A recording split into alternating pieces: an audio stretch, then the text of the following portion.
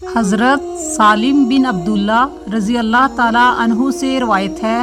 کہ نبی کریم رسول اللہ صلی اللہ علیہ وآلہ وسلم نے فرمایا، جس کی عصر کی نماز فوت ہو گئی گویا اس کے گھر والے اور اس کا مال تباہ ہو گیا۔ حضرت علی رضی اللہ تعالیٰ عنہ سے کسی نے پوچھا،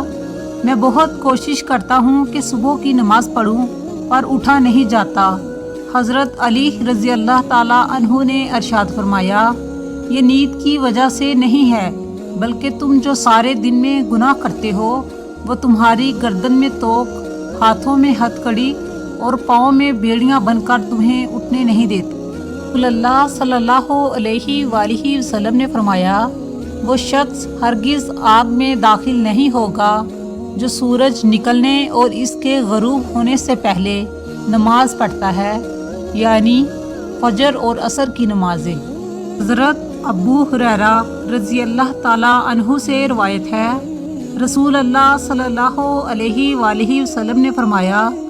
جسے سورج غروب ہونے سے پہلے عصر کی ایک رکعت مل گئی اسے عصر کی نماز مل گئی، اور جسے سورج طلوع ہونے سے پہلے فجر کی ایک رکعت مل گئی اسے فجر کی نماز مل گئی۔